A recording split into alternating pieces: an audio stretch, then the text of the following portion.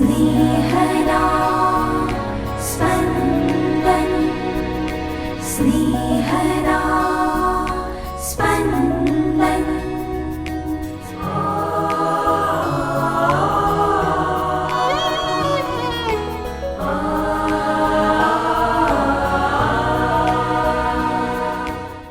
કપૃતુના 5મા અઠવાડિયાનો શનિવાર. ધર્મસભા આજે સંત તુરીબિયસનું પર્વ ઉજવે છે. પ્રભુ ઈસુ આપણા પાપને ખાતર પોતે મૃત્યુને પોતાની શિરે લઈ લે છે, જેથી આપણે પાપની ગુલામીમાંથી મુક્તિ પામી શકીએ. સાંભળીએ સંત યોહાનકૃત શુભ સંદેશના 11મા અધ્યાયના વચનો 45-56. ઈસુએ જે કર્યું હતું તે જોઈને મરિયમને મળવા આવેલા યહૂદીઓમાંના ઘણાની તેમના ઉપર શ્રદ્ધા બેઠી. પણ તેઓમાંના કેટલાકે ફરોશીઓ પાસે જઈને ઈસુએ જે કર્યું હતું તેની તેમને જાણ કરી. આ ઉપરથી મુખ્ય પુરોહિતોએ અને ફરોશીઓએ વરિષ્ઠ સભા બોલાવી અને કહ્યું, આપણે કરીએ છીએ શું? કારણ આ માણસ તો પુષ્કળ ચમત્કારો કરે છે. આપણે જો એને ફાવે તેમ કરવા દઈશું તો બધા જ લોકો એના ઉપર શ્રદ્ધા રાખતા થઈ જશે, અને રોમન લોકો આવીને આપણા મંદિરનો અને પ્રજાનો બંનેનો નાશ કરશે. પણ તેઓમાંનો એક કાયફા, જે તે વર્ષે વડો પુરોહિત હતો, તે બોલ્યો, તમને કશી ગતાગમ જ નથી. તમે એટલો વિચાર કેમ નથી કરતા કે પ્રજાને ખાતર એક માણસ મરી જાય અને આખી પ્રજા વિનાશમાંથી ઉગરી જાય, એ તમારા હિતમાં છે. પણ આ એ પોતા તરફથી નહોતો બોલ્યો, પણ તે વર્ષે એ વડા પુરોહિત પદે હતો, એટલે એ અગમવાણી ભાગતો હતો કે યહૂદી પ્રજાને ખાતર ઈસુએ મરવાનું છે, અને તે કેવળ પ્રજાને ખાતર જ નહીં, પણ ઈશ્વરના વેર વિખેર પડેલા સંતાનોને એક કુટુંબમાં ભેગા કરવા ખાતર.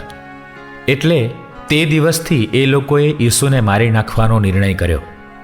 આથી ઈસુએ જાહેર રીતે યહૂદિયામાં ફરવાનું બંધ કરી દીધું, અને ત્યાંથી તેઓ રણની પાસે આવેલા પ્રદેશમાં એફ્રાઈમ નામના શહેરમાં ચાલ્યા ગયા અને શિષ્યો સાથે ત્યાં રહેવા લાગ્યા.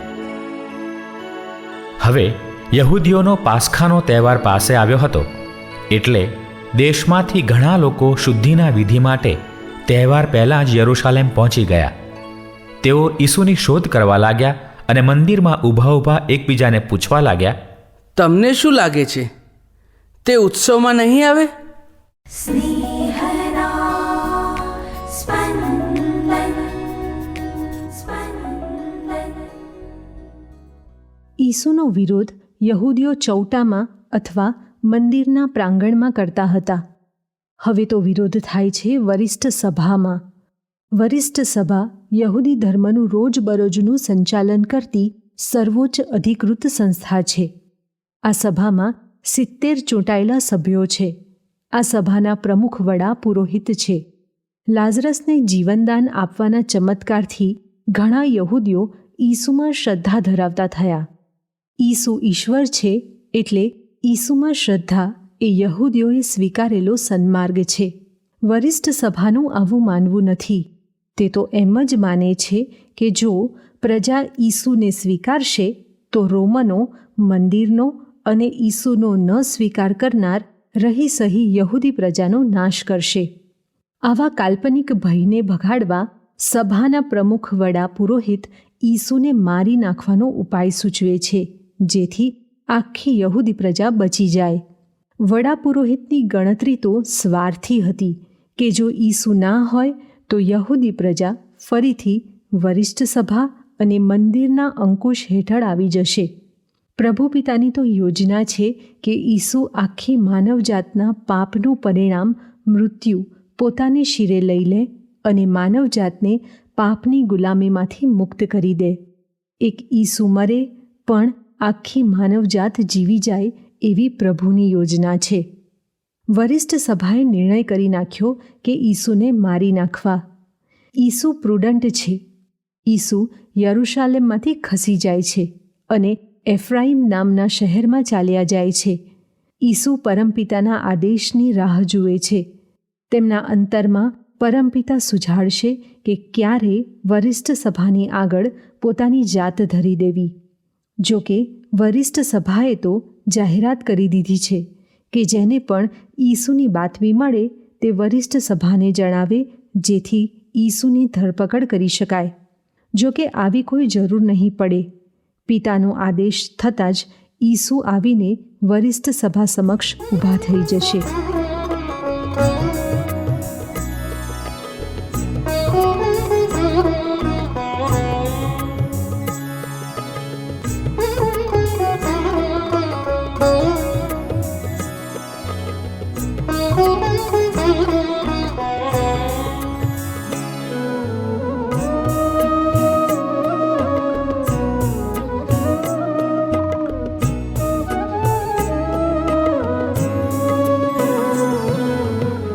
કેવળ પ્રભુ ચરણમાં મારા જીવને વળતી શાતા.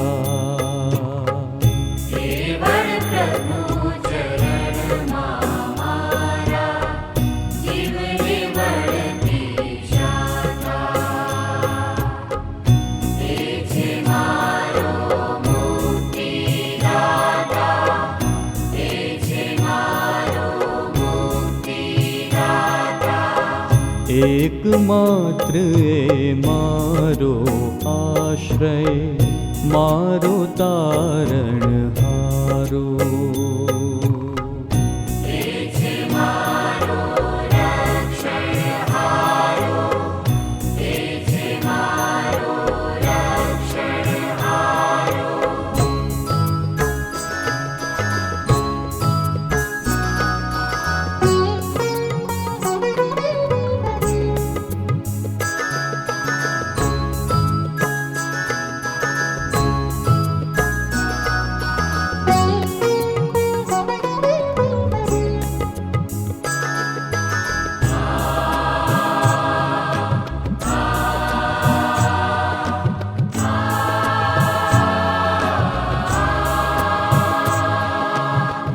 હવે કોઈથી કદીએ હું તો નવથલી પડવાનો, હું તો નવથલી પડવાનો.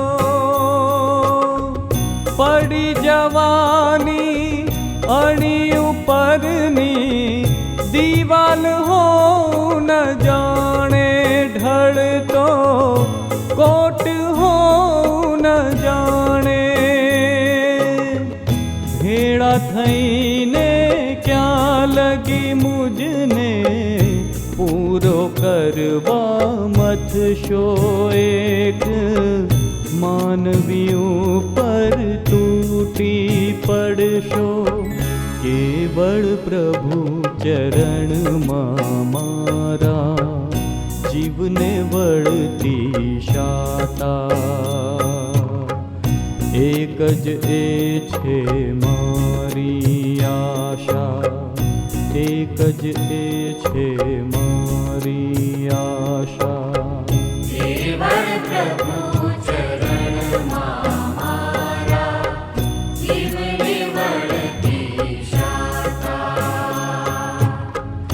એ છે મારો મુક્તિદાતા, એ છે મારો મુક્તિદાતા.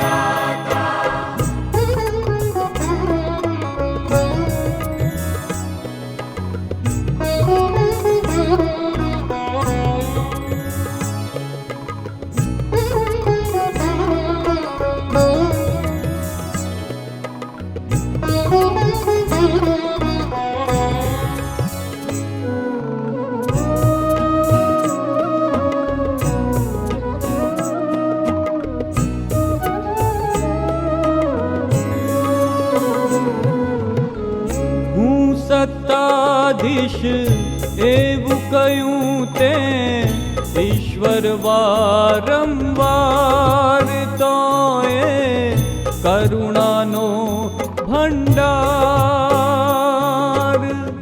એ પણ જાણું પ્રભુજી કે તું માનવને પણ આપે ના કર્મનું ફળ તું આપે.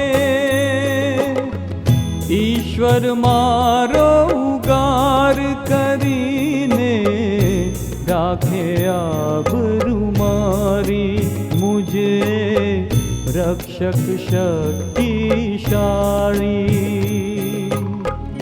એ જ આપણું શરણું હે જન, નિત્ય ભરું સોધારો.